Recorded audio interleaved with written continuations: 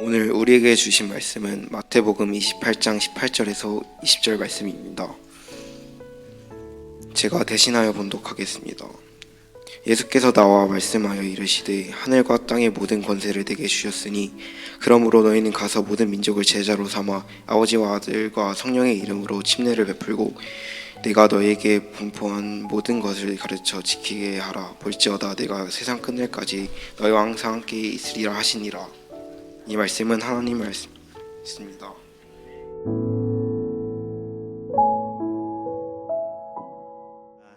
이 시간 우리 옆에 계신 분들과 인사할 때 당신은 축복의 통로입니다 이렇게 한번 인사하겠습니다. 네.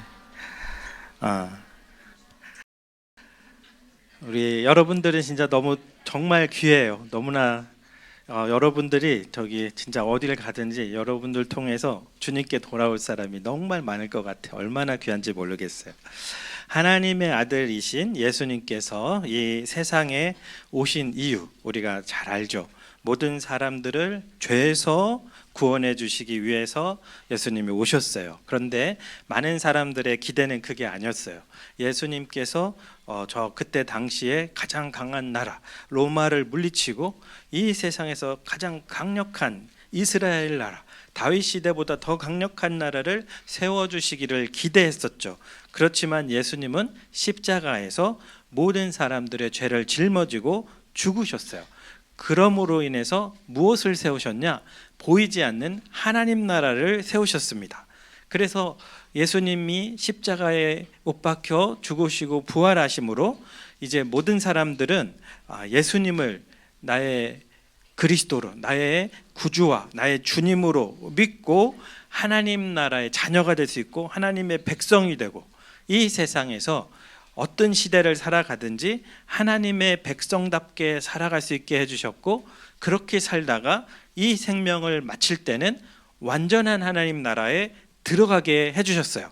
그래서 우리 기독교 세계관을 우리 계속 배우고 있는 우리 친구들은 우리는 이미 하나님 나라가 시작됐고 그 하나님 이제 완성된 하나님 나라를 향하여서 가는 그 과정 속에 있죠. 예수님께서 이것이 이제 하나님 나라의 일인데 부활하셨잖아요. 십자가에 못 박히시고 사흘 만에 부활하셔서 그 후에 40일 동안 부활하셔서 며칠 동안요? 40일 동안 하나님 나라의 일에 대해서 가르쳐 주셨습니다. 그리고 이제 40일의 가장 마지막 순간에는 예수님이 어디 계셨냐? 예루살렘 성전 근처에 이제 감람산, 올리브산이 있어요. 올리브산 걸어가도 그렇게 멀지 않아요. 거기에서 이제 마지막에 가르침을 주셔요. 그리고 나서 예수님은 승천하시죠. 오늘 성경 봉독으로 함께 읽었던 이 말씀은 이 마지막 승천하시기 직전의 장면이에요. 이곳은 어디냐? 갈릴리에 있는 예루살렘보다 더 북쪽으로 올라가야 되죠. 갈릴리에 있는 한 산에 제자들을 보고 오라고 하셨어요. 그리고 온 그 제자들에게 예수님이 이 말씀을 이렇게 마지막으로 해주신 거죠. 이 말씀도 목사님의 마음이 뜨거워지는 말씀이에요. 이 말씀도 다 말씀이 뜨거워지지만 특별히 더 뜨거워지죠. 우리 같이 한번 읽어볼까요? 우리 그러므로 시작. 그러므로 너희는 가서 모든 민족을 제자 삼아 아버지와 아들과 성령의 이름으로 를 베풀고 내가 너희에게 분부한 모든 것을 가르쳐 지키게 하라. 볼지어다 내가 세상 끝날까지 너희와 항상 함께 있으리라. 아멘. 네, 이 말씀을 해주셨어요. 그리고 이제 승천을 하게 되죠. 그래서 승천하시기에 구름 사이로 이제 하늘로 오르시면서 구름 사이로 사라지는 이 승천하실 때 주신 말씀이라서 너무나 중요한 명령이기 때문에 어떤 분들이 이거를 예수님의 유언이다 이렇게 해요. 유언은 굉장히 중요한 말 마지막으로 남기는 거잖아요. 예수님 유언이라고 하기도 하고 그리고 마지막에 주신 가장 위대한 명령 그렇게 해서 우리나라에서는 지상명령 이렇게 해요. 지상명령 꼭 반드시 성취돼야 될 명령이다 해서 지상명령. 영어로는 뭐라고 하느냐? 아까 스크린에 계속 보여주셔도 돼요. Great Commission. 예수님의 유언이라고도 하고 지상 명령, 그레이트 커미션, 위대한 명령 이렇게 하기도 합니다. 예수님의 유언이라고 하면은 이 세상 사람들의 유언하고 약간 차이점이 있어요. 예수님께서는 마지막에 명령을 주신 다음에 이제 떠나잖아요. 떠날 때 이 세상 사람들은 뭐라고 해요? 내가 하늘에서 너희를 지켜볼게 이런 식으로 얘기할 거 아니에요, 그죠? 나중에 내가 떠나서 너희를 지켜볼게 이렇게 얘기할 텐데 예수님은 이 요한과도 같은 말씀하신 다음에 뭐라고 그래요? 내가 세상 끝날까지 너희와 항상 함께 있을 것이다. 되게 신기하잖아요. 떠나는데 함께 있겠다. 이런 희한한 말씀을 하신 거잖아요. 우리는 마지막에 작별 인사를 하는데 예수님은 작별 인사가 아닌 내가 이 명령을 하지만 너희가 이 명령을 잘 감당할 수 있도록 내가 항상 너희와 함께 있을 것이고 그것을 감당할 수 있도록 내가 능력이 되어줄 거야. 이런 약속을 주고 있는 거예요. 예수님께서 제자들을 떠나시는데 어떻게 세상 끝날까지 항상 함께 할 수 있을 것인가? 오늘 18절 말씀, 오늘 18절부터 본문 말씀이죠. 같이 한번 읽어볼까요? 시작. 예수께서 나와 말씀하여 이르시되 하늘과 땅의 모든 권세를 내게 주셨으니. 아멘. 너무 놀라운 말씀이에요. 예수님은 십자가에서 죽으심으로 모든 사람들이 하나님께 나아올 수 있도록 생명의 다리를 연결해 주셨어요. 그래서 모든 사람이 예수님을 믿음으로 하나님께로 갈 수가 있죠. 하나님의 자녀가 되고 하나님을 아빠라고 부를 수 있게 해주신 거죠. 그렇게 하시고 그리고 이제 사망 권세를 이기고 부활하셔서 그리고 승천하셔서 하나님 우편에 앉아 계십니다. 그렇죠? 하나님 우편에 앉아 있을 수 있는 분은 하나님밖에 없어요. 왜냐하면 하나님은 오른쪽이 어딘지 모르잖아요, 그렇죠? 이 세상에 아니 계신 곳이 없잖아요, 그렇죠? 근데 어떻게 하나님 오른쪽에 앉을 수 있으면 무소부지하신 분, 이 세상 우주 만물보다 더 크신 분이 아니면 하나님 우편에 앉아 계실 수가 없죠. 예수님은 하나님 우편에 앉아 계시는 분이에요. 그리고 예수님은 이렇게 이 하나님 우편에 앉아 계시지만 이 하나님 우편에 앉아 계신다라는 게 무슨 뜻일까? 이것을 쉽게 설명하면은 뭐냐면 예수님께서 온 세상을 다 다스리신다. 하늘과 땅의 모든 권세를 예수님께 주신다. 이런 뜻이에요. 이때가 고대 근동이라고 하는데 이 시대에는 왕의 오른편에 앉는다라고 하는 그 의미가 뭐냐?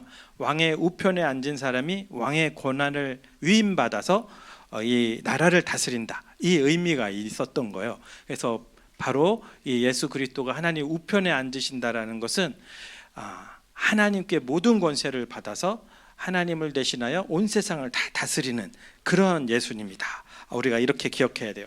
그래서 예수님께서는 내가 너희를 고아와 같이 버려두지 아니하고 너희에게로 오리라 이렇게 말씀해 주셨죠. 떠나가시면서 다시 오겠다 약속해 주셨어요.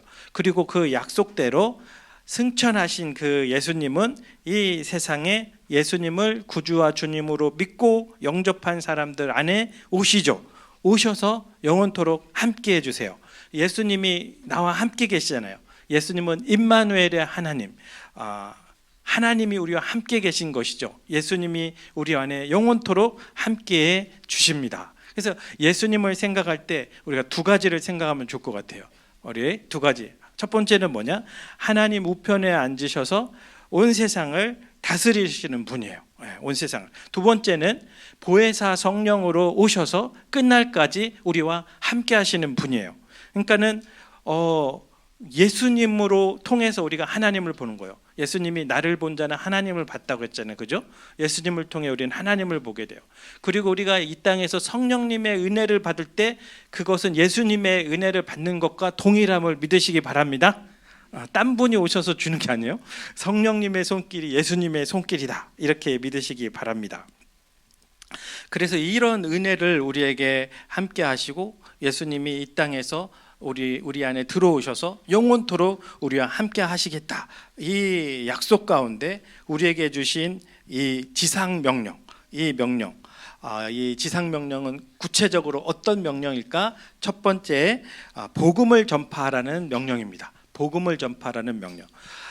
주님께서 주신 이 명령을 모든 민족을 제자로 삼으라 했는데 세 가지만 찾아보려고 해요. 그래서 모든 민족을 제자 삼으라 이렇게 할 때 제자가 되려면 제일 먼저 필요한 것이 뭐예요? 그 사람이 하나님 나라 백성이 돼야 되겠죠. 그래야 제자가 될 수가 있는 거잖아요. 하나님 나라 백성도 안 됐는데 어떻게 제자가 되겠어요? 그럼 하나님 나라 백성이 되려면 누군가에게 복음을 전해줘야 되겠죠. 누군가가 그 사람에게 복음을 전해줘야 되는 거죠. 그래서 모든 민족을 제자로 삼으라는 이 명령의 첫 번째는 복음을 전파하라라는 거예요. 복음을 전파하라. 하나님은 사랑이시다라고 그랬죠. 여러분 기억하시죠? 하나님은 사랑이시다. 아멘입니까? 예. 그 사랑이 뭘까? 이런 생각을 많이 해보셨을 것 같아요. 사랑이 뭘까? 사랑이란 하면서 수많은 얘기들을 우리는 많이 하죠. 목사님이 어렸을 때 아이스크림을 팔았는데 아이스크림을 딱 뜯으면 스티커가 들어있어요. 여러분들이 띠부띠부 뭐 이런 거 들어있는 것처럼 목사님 어렸을 때는 무슨 스티커 같은 게 들어있었고 막 그림, 예쁜 그림이 있어요. 거기에 사랑이란 막 이렇게 써 있어요. 그러면 사랑이란 맛있는 것을 나눠 먹는 것 뭐 이런 거. 또 어떤 거는 기억나는 게 사랑이란 내 스타일로 만드는 것 뭐 이런 거 막 들어 있었어요. 그래서 사랑이란 하고 누군가 저에게 물으신다면 저는 이렇게 대답하고 싶습니다. 사랑이란 다른 사람의 유익을 위해 최선을 다하는 것, 이렇게 얘기해 주고 싶어요. 사랑이란 뭐라고요? 다른 사람의 유익을 위해 최선을 다하는 것이다. 이타적인 거예요. 사랑이라는 다른 사람을 향하는 거예요. 다른 사람을 향하게 되어 있습니다. 내가 사랑이 있다라고 하면, 여러분 우리가 사랑의 하나님을 닮아야 되는데, 내가 사랑이 있다라고 하면은 우리는 어떤 일을 하게 돼요? 다른 사람을 도와주려고요. 다른 사람에게 유익을 주고 싶어하는 삶을 살게 된다. 왜? 사랑 자체가 이타적인 것이니까. 그래서 사랑이신 하나님도 그 사랑이 있으세요. 그래서 다른 사람을 향하세요. 그래서 죄인된 사람들을 사랑하시고 그들에게 유익한 것, 가장 좋은 것을 주고 싶어 하시죠. 하나님께서 죄인된 사람들에게 가장 주고 싶어 한 것, 그들에게 제일 좋은 것을 도와주고 싶어 하는데 그게 뭘까? 그들의 죄를 씻어주는 거였어요. 그리고 그들에게 하나님의 생명을 주시는 거였어요. 왜냐하면 하나님의 생명을 받는 게 모든 사람들, 모든 죄를 지은 사람들에게 가장 유익하기 때문에 그랬습니다. 그래서 사랑이신 하나님께서는 이 세상에 단 한 사람이라도 죄로 말미암아 하나님 나라에 오지 못하고 불과 유황으로 타는 못에 가는 것을 두고 보실 수가 없으신 분이에요. 하나님은. 디모데전서 2장 4절 말씀 같이 한번 읽어볼까요? 시작. 하나님은 모든 사람이 구원을 받으며 진리를 아는 데 이르기를 원하시느니라. 아멘. 하나님은 완전하신 분이고 거룩하신 분이고 영광스럽고 부족함이 조금도 없는 분이에요. 우리가 그 부족함을 메꿔주려고 하지 않아도 하나님은 부족함이 전혀 없으세요. 그리고 죄를 지은 사람은 자기가 죄를 지었으니 그 죄의 대가를 치르는 것이 마땅해요. 그런데 하나님, 사랑이신 하나님은 멸망길로 가는 영혼들을 도저히 두고 보실 수가 없는 거예요. 그 사람들을 도와주고 싶어서, 그 사람들을 살리고 싶어서. 그래서 영원한 멸망길로 가는 사람들에게 최선의 유익, 그들이 죄 용서함을 받고 하나님의 생명을 얻어 하나님의 자녀로 하나님 나라로 들어올 수 있도록 독생자 예수 그리스도 하나님의 아들을 이 세상에 보내주셨습니다. 그래서 이 죄인들을 대신해서 생명을 내어줄 그러한 희생 제물로 아들을 아낌없이 보내준 거예요. 그것이 하나님의 사랑이죠. 그리고 예수님도 또 사랑이에요. 예수님도 우리 죄인된 우리를 너무나 사랑하기에 우리가 죄 가운데 살다가 하나님과 영원히 분리되어 멸망길로 향하는 것을 도저히 볼 수가 없기 때문에 기꺼이 생명을 내어주셨죠. 죄인들에게, 우리에게 가장 유익한 것은 죄사함 받고 하나님의 자녀가 되어 하나님과 함께 영생을 누리는 것이기 때문에 예수님께서는 그것을 주시려고 하늘 영광을 버리고 이 세상에 내려와 십자가에 못 박혀 죽으신 것이요. 이것이 사랑의 증거예요. 십자가라는 것은. 그래서 요한일서 4장 10절 같이 한번 읽어볼까요? 시작. 사랑은 여기 있으니 우리가 하나님을 사랑한 것이 아니요 하나님이 우리를 사랑하사 우리 죄를 속하기 위하여 화목제물로 그 아들을 보내셨습니다. 아멘. 여러분들이 이거 커가면서 계속 읽으면 계속 더 크게 와닿을 거예요. 예수님이 우리를 너무나 사랑하셔서 이 땅에 오셔서 우리를 위해 십자가에 못 박히신 거죠. 그러므로 우리도 또한 다른 사람들을 사랑한다는 게 뭐냐? 제일 중요한 사랑, 그들에게 최고의 유익을 주는 거잖아요. 그것은 아직도 죄 사함을 받지 못하고 죄 가운데 하나님 알지 못하고 살아가는 사람들에게 예수님 믿고 또 구원받을 수 있도록 그걸 도와주는 거예요. 그걸 뭐라고 해요? 그걸 뭐라고 할까요? 두 자로 전도. 뭐라고 해요? 전도. 그래서 사랑이 무엇이냐? 전도에 힘쓰는 겁니다. 예수님의 지상명령 첫 번째는 전도인 거예요. 전도. 마가복음 1장 38절 한번 읽어볼까요? 마가복음 1장 38절. 네. 네. 이거는 없대요. 제가 이제 안 기다릴 때 너무 잘 나와가지고 한번 기다려봤는데, 네, 여기 이르시되 우리가 다른 마을들로 가자. 거기서도 전도하리니 내가 이를 위하여 왔노라. 예수님이 전도하러 오셨다 이렇게 말씀하고 있어요. 예수님은 이 세상에 전도하러 오셨고, 그리고 이제 이 전도의 사명을 교회에게 그리고 모든 성도들에게 맡기셨다라는 것을 믿으시기 바랍니다.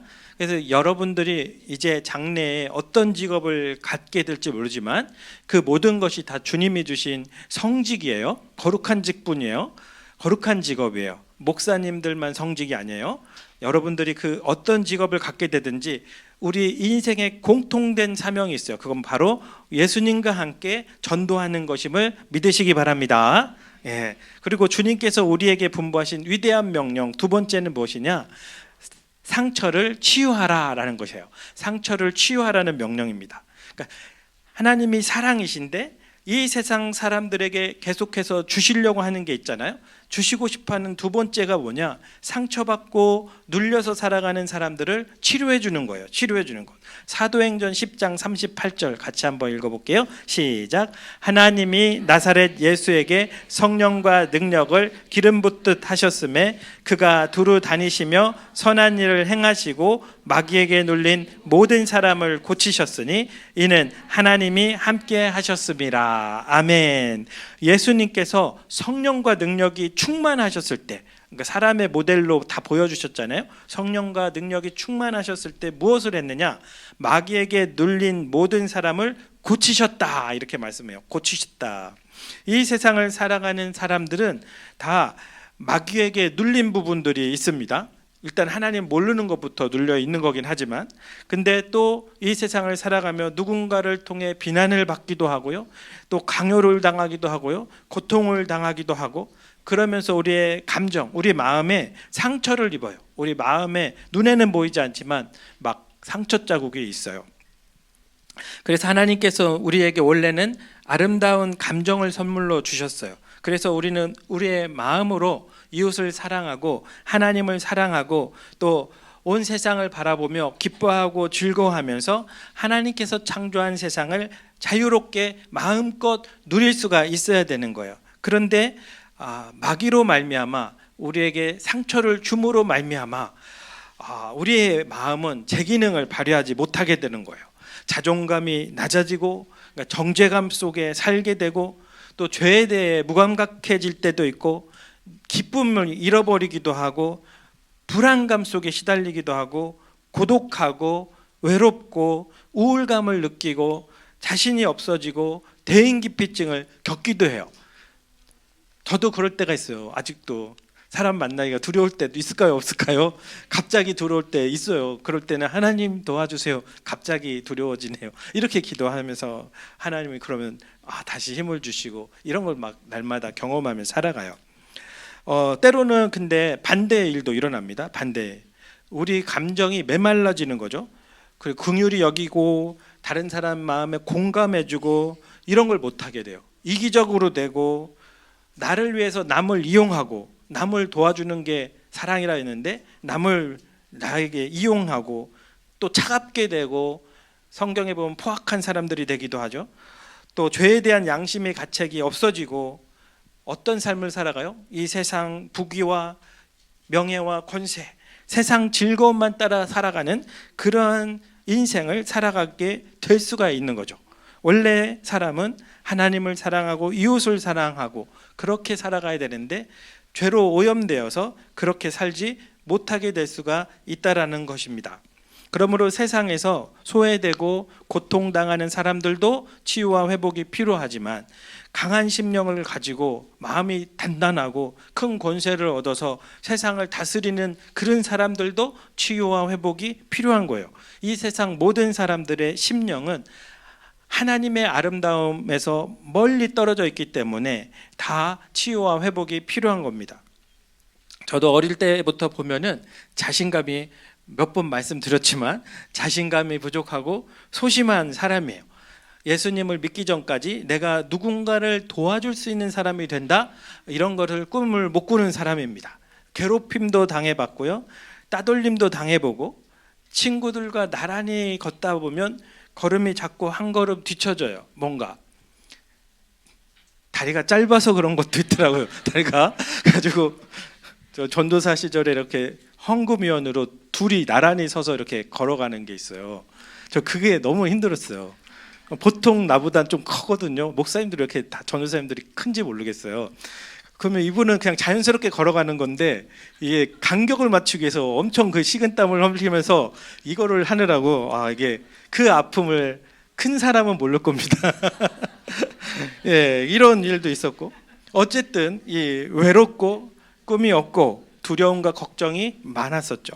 그런 저를 예수님께서 찾아오셔서 저를 사랑한다라는 거예요. 진짜 이게 아무 조건 없이 사랑을 주시고, 그리고 하나님 앞에 많은 실패를 거듭했었을 때 예수님께서 저에게 너를 내 자녀로, 아들로 사랑한다, 이런 마음을 주셨을 때 완전히 이렇게 살아갈 용기가 생겼어요. 삶의 자신감이 생기기 시작했어요. 교회에서 이제 좋은 목사님 만나고 또 믿음이 생기고, 그리고 좋은 저를 아껴주는 성도님들도 만나면서 더욱 자신감이 타올랐습니다. 그 성격도 적극적으로 변했어요. 그런데 그렇게 적극적으로 변하던 어느 날 내 자신의 모습을 다시 한번 살펴봤어요. 그런데 나도 다른 친구에게 말을 함부로 하고 상처를 주고 있는 거예요. 나의 아픔과 상처를 주님이 치유해 주셨는데 그러면 더 나는 사랑하고 축복하고 살아야 되는데 내 모습은 어떻게 됐어요? 오히려 무관심하고 무례하고 이런 모습이 내 안에 발견된 거예요. 그래서 그때부터 하나님께 기도를 했습니다. 주님, 저의 마음이, 저의 감정이 예수님과 다르네요. 저를 불쌍히 여겨주세요. 저의 이 굳어진 마음을 고쳐주세요. 이런 기도를 이제 20대 중반에 이제 하기 시작했어요. 그 전까지는 내가 잘하고 사는 줄 알았는데 그때부터 기도를 시작했는데 지금까지 계속 기도를 하고, 그래서 하나님께서 저의 이제 원래 주셨던 그 아름다운 그 감정을 하나님의 그 마음으로 회복을 시켜주고 계십니다. 마귀는요, 여러 가지 사건과 사람들을 통해서 우리에게 자꾸 상처와 고통을 주고 우리의 감정을 파괴하고 하나님의 자녀다운 그런 삶을 살지 못하게 막는 역할을 해요. 그래서 치유하시는 하나님께 그 마음 내어놓지 못하게 막고, 또 축복의 통로가 너는 되지 말고 너도 상처받았으니 너도 다른 사람들에게 상처 주는 사람이 되라, 이렇게 하는 거죠. 얼마나 통쾌하냐. 너도 상처받았으니 너도 남을 상처 주는 강한 사람이 되어라, 이렇게 유혹하는 거예요, 마귀가. 그러나 사랑이신 하나님은 어떻게 해요? 우리의 상처받은 마음을 치료해 줘요. 치료해 주기 위해서 너의 마음을, 너의 아픔을 나에게 내어놓으라 이렇게 말씀하시죠. 하나님께 내어놓아야만 하나님이 우리의 마음을 치료해 주실 수가 있어요. 사람은, 의사는 여기 메스가 마음에 닿지를 않아가지고 못 해주는데 하나님은 우리의 마음에 닿아요. 성령께서 우리의 마음을 만지시고 치료해 주실 수가 있죠. 시편 34편 18절 말씀 같이 한번 읽겠습니다. 여호와는 마음이 상한 자를 가까이 하시고 충심으로 통회하는 자를 구원하시는도다. 아멘. 하나님께서는 마음이 상한 자를 가까이 하십니다. 그러니까 연약한 나를, 연약한 우리를 결코 멀리하지 아니하시고 미워하지도 아니하세요.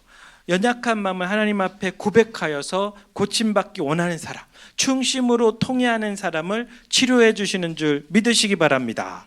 예수님께서 이 땅에서 오셔서 하신 것이 육체의 아픔도 고쳐주셨지만 마음도 막 치료해 주셨어요.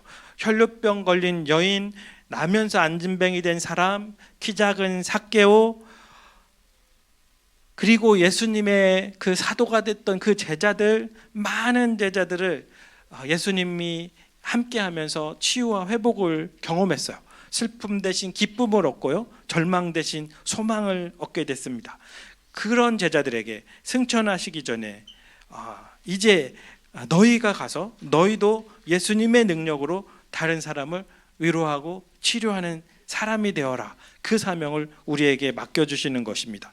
그래서 우리도 치료할 수가 있을까요, 없을까요? 다른 사람들을 할 수가 있어요. 왜냐하면 우리가 성령님께서 우리와 함께 하셔서 우리가 다른 친구들을 위해서 기도해주고 다른 친구에게 위로해주고 넌 할 수 있어, 넌 잘할 수 있을 거야 격려해주면 성령님이 그 친구의 마음에 임하시고 위로해주세요. 나도 마찬가지예요. 저도 다른 친구들이, 다른 선생님이 한마디의 위로를 해준다, 성령님께서 위로해 주듯 힘을 얻게 되는 줄 믿습니다. 네, 그래서 우리가 그렇게 주님의 치료자가 될 때 돌같이 굳어진 마음도 또 눈물 짓는 그 심령도 하나님께서 치료해 주실 줄 믿습니다. 주님께서 우리에게 분부하신 위대한 명령 세 번째는 그리스도를 닮게 하라는 거예요. 그리스도를 닮게 하라. 사랑이신 하나님께서 영원한 생명을 주시고 우리의 상한 심령을 고쳐주시면서 계속해서 주시기 원하는 가장 좋은 것, 유익한 것, 그것은 더 풍성하게 하는 것이라, 이렇게 성경이 말씀하고 있어요. 요한복음 10장 10절, 우리 많이 읽은 거죠? 또 한번 읽어보겠습니다. 시작. 도둑이 오는 것은 도둑질하고 죽이고 멸망시키려는 것뿐이요 내가 온 것은 양으로 생명을 얻게 하고 더 풍성히 얻게 하려는 것이라. 아멘. 하나님은 하나님의 생명을 받아 거듭난 성도들에게 풍성함을 주기 원하신다고 했어요. 근데 이 풍성함이 뭐라고는 써있지 않죠. 이 풍성함은 무엇일까? 그것은 예수 그리스도의 마음이에요. 아름다운 성품입니다. 빌립보서 2장 5절 말씀 같이 읽어볼까요? 너희 안에 이 마음을 품으라. 곧 그리스도 예수의 마음이니. 아멘. 이 세상을 살아가는 모든 사람은 영생을 얻기 전까지 예수님의 마음을 품을 수가 없습니다. 진짜예요. 여러분이 지금 갖고 있는 그 예수님의 은혜를 평생 알지 못하고 살아가는 거예요. 사실은 이 당연한 거를 모르나? 진짜 저도 안 믿다가 믿어봤잖아요. 몰라요. 그거 결코 알 수가 없어요. 그래서 이 세상에서의 것과 주님이 주시는 것의 현저한 차이를 어떤 구절에서 찾아볼 수 있느냐? 평화라는 단어를 한번 예를 들어볼까요? 평화라는 단어, 요한복음 14장 27절, 예수님의 평화에 대해서 주신 말씀 같이 한번 읽어볼게요. 시작. 평안을 너에게 끼치노니 곧 나의 평안을 너에게 주노라. 내가 너희에게 주는 것은 세상이 주는 것과 같지 아니하니라. 너희는 마음에 근심하지도 말고 두려워하지도 말라. 아멘. 예수님께서 분명히 말씀해 주시죠. 이 평안, 저 영어로 하면 peace예요. 우리나라는 평화라고도 할 수 있고 평안이라고도 해도 돼요. 그 이스라엘의 그 히브리어로는 샬롬이에요. 샬롬. 그리고 헬라어로는 에이레네 이렇게 해요. 이스라엘 사람들은 다 샬롬이라고 인사해요. 항상 샬롬이라고 인사해요. 그런데 누구나 다 사용하는 이 샬롬이라는 단어지만 이것이 내가 주는 내가 너희에게 주는 것과는 다르다 이렇게 얘기하고 있어요. 하나님이 하나님의 백성에게 내려주시는 이 평화, 죽음 앞에서도 깨어질 수 없는 놀라운 평화가 있다라는 거예요. 그래서 하나님께서는 이런 평화뿐만 아니라 하나님께 속한 놀라운 것들로 우리 심령 속에 채워주기를 원하죠. 그래서 우리가 사랑과 희락과 화평과 오래 참음과 우리 성령의 열매 다 암송하고 있잖아요. 이것은 너무나 귀한 거예요. 이것은 그냥 단어의 의미적인 것이 아니라 그것이 우리 속에 막 들어와서 우리 속에서 열매 맺어야 되는 거죠. 우리 갈라디아서 5장 22절 다시 한번 읽어볼까요? 시작. 오직 성령의 열매는 사랑과 희락과 화평과 오래 참음과 자비와 양선과 충성과 온유와 절제니 이 같은 것을 금지할 법이 없느니라. 아멘. 네, 하나님께서는 이 하나님의 성품을 주시기 원하세요. 우리 이미지 한번 같이 볼까요? 네, 과일이 아주 먹음직스러운 과일이 가득 차 있죠. 예, 어떤 생과일 가게에 갔을 때 그때 제가 찍은 건 아니에요. 이거는 자료 화면을 찾은 건데 어떤 생과일 가게를 갔더니 이렇게 예쁘게 투명한 유리병 속에 아주 좋은 싱싱한 과일들을 잔뜩 차 있는 거예요. 이것을 볼 때 내 안에서도 성령님의 열매가 저렇게 싱그럽게 풍성하게 열매 맺었으면 좋겠다, 이런 기도를 드린 적이 있습니다. 그래서 예수님께서 이 세상에 오셔서 하나님의 아름다운 성품으로 살아가는 것을 모든 사람들에게 보여주셨어요. 특히 옆에 있던 모든 제자들이 정말 그걸 다 같이 봤어요. 그래서 예수님은 제자들이 구원받고 또 상처와 아픔을 극복하고 이제 예수님처럼 이런 아름다운 향기를 바라는 사람이 되기를 기대했고요. 마지막 명령을 주면서 또 다른 사람들에게 이러한 하나님 나라의 풍성함, 그리스도의 아름다운 형상을 전해주길 바란 겁니다. 그렇기 때문에 이 세상을 살아가는 거듭난 하나님의 백성, 우리 GHS의 가족들은 예수님의 이 마지막 명령에 순종하며 살아가는 여러분들이 다 되길 바랍니다. 아직 죄 가운데 아직 하나님을 모르고 살아가는 이들에게 복음을 전파하고 예수님을 믿었으나 상처와 아픔이 있고 때로는 방어적인 이들, 때로는 무례하고 거칠고 공격적인 이들도 있을 수 있어요.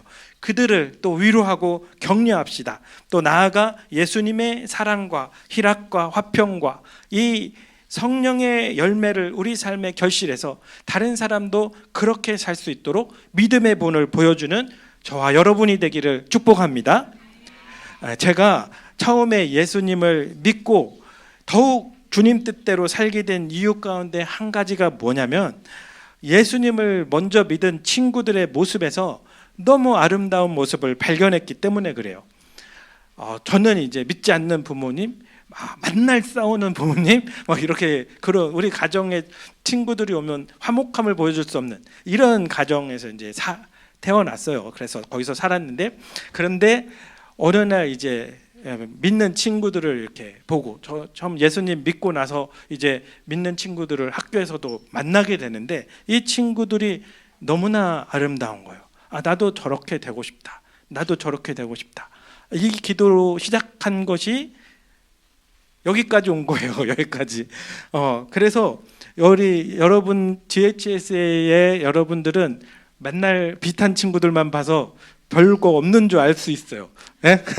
이 친구도 다 좋고 저 친구도 다 좋으니까. 근데 여러분들이 이제 대학 가고 그러면은 이제 안 믿는 친구들도 만나게 될 텐데 여러분들은 너무 아름다운 모습이에요. 사실 여러분 부모님들이 이렇게 야단치는 것은 더 귀하게 살라고 하는 거예요. 근데 목사님이 볼 때 여러분들은 너무 아름다운 모습이에요. 여러분들 안에 예수님의 아름다운 형상을 전 너무나 많이 보고 있습니다. 이 여러분들 통해서 우리 주님은 많은 영혼들을 주님께로 인도해 주실 것을 믿습니다. 네, 기도하겠습니다. 이 시간 함께 기도할 때 우리를 죄에서 구원해 주시고 우리의 아픔과 상처를 고쳐주시고 예수님을 닮아가게 하신 은혜에 감사드립시다. 사랑이신 하나님께서 값없이 우리에게 베풀어 주신 그 사랑에 감사드립시다. 그리고 예수님께서 모든 성도들에게 주신 이 명령을 기억하면서 주님, 제가 그렇게 살게 해주세요. 이렇게 기도합시다. 예수님처럼 이타적인 삶, 다른 사람들에게 유익을 주는 삶, 죄 가운데 살아가는 이들에게 복음을 전하고 상처받은 이들을 치료해주고 예수님의 성품으로 세상을 밝히는 삶을 살아가며 모든 민족을 제자로 삼는 주의 백성이 되게 해달라고 시간 주여 부르고 기도하겠습니다. 주여! 거룩하신 하나님 아버지, 주님께서 우리를 사랑하시고 구원하여 주시고 예수님을 닮은 성령의 열매를 결신하는 아름다운 친구들로 자라게 하시니 감사를 드립니다. 하나님 아버지, 축복하여 주옵소서. 하나님 아버지, 은혜를 내려 주시옵소서. 우리를 그렇게 구원하신 것, 이제 우리에게 하나님 모든 민족을 제자 삼으라, 내가 너희에게 분부한 모든 것을 가르쳐 지키게 하라, 이렇게 말씀하시니 제가 그 삶을 살겠습니다. 내가 그렇게 주님 앞에 헌신하겠습니다. 내가 전도하겠습니다. 내가 아픔 당한 이들을 치료하는 삶을 살겠습니다. 내가 예수님의 아름다운 향기를 전해주는 인생 살아가겠습니다. 하나님, 나를 인도하여 주시고 성령의 권능으로 새롭게 하여 주시옵소서. 우리를 사랑하사 하늘 영광을 버리고 이 땅에 오신 예수님, 주님의 크고 놀라운 사랑에 감사드립니다.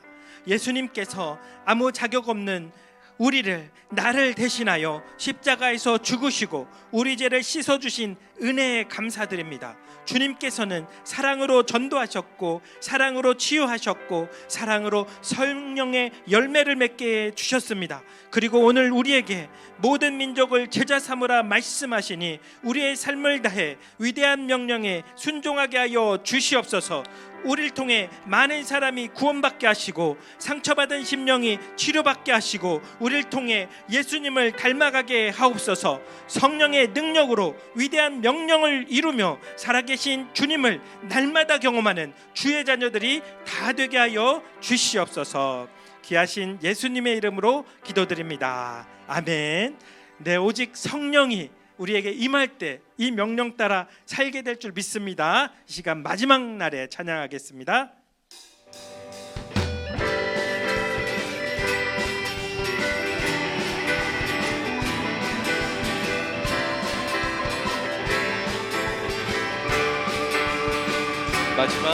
마지막 날에 내가 나의 영으로 모든 백성에게 부어 주리라.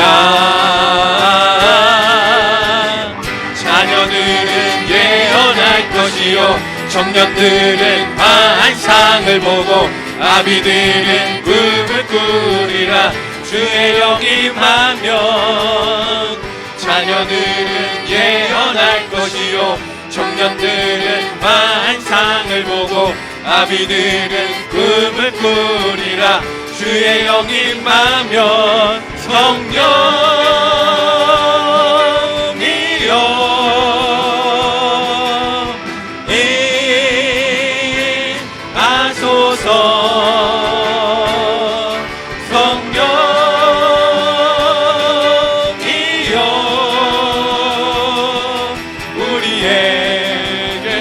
더 하겠습니다.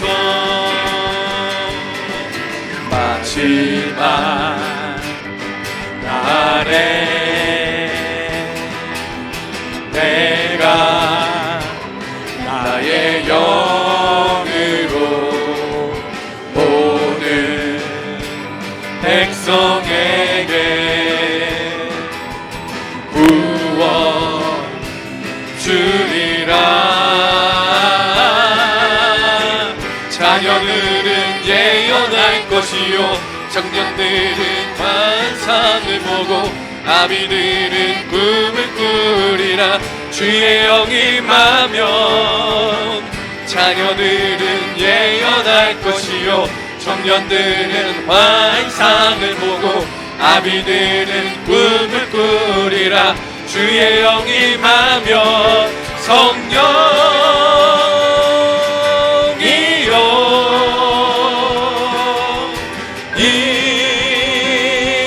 임하소서 성령이여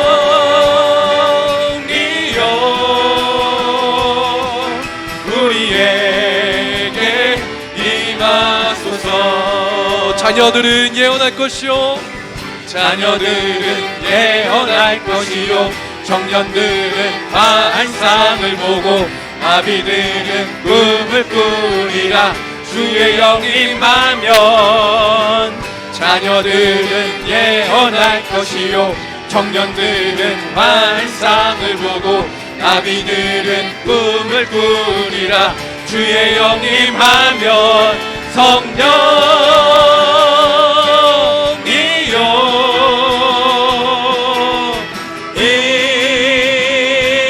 임하소서 성령이여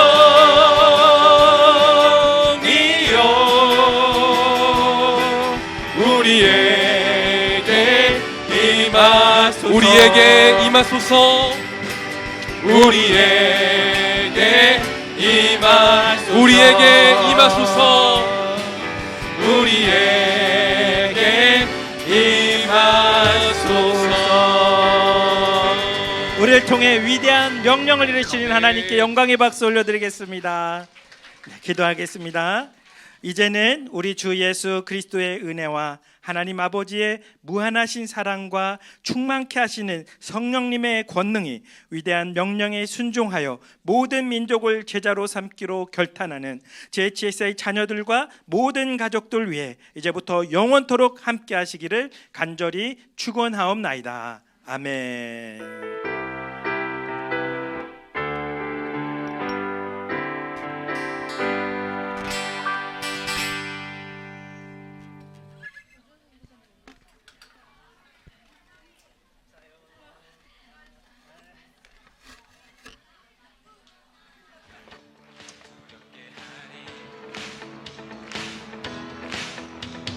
주 잠잠히 나를 비추며 주 가득히 나를 채우니 무엇도 나를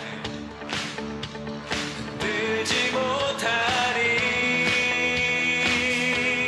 주 사랑이 내게 들어와 모든 두려움 사라지게 해 영원히 주 찬양 내 영혼 춤추리 주 사랑이 내게 들어와 모든 어둠 사라지게 해 영원하신 그의 사랑 안에 나 거하리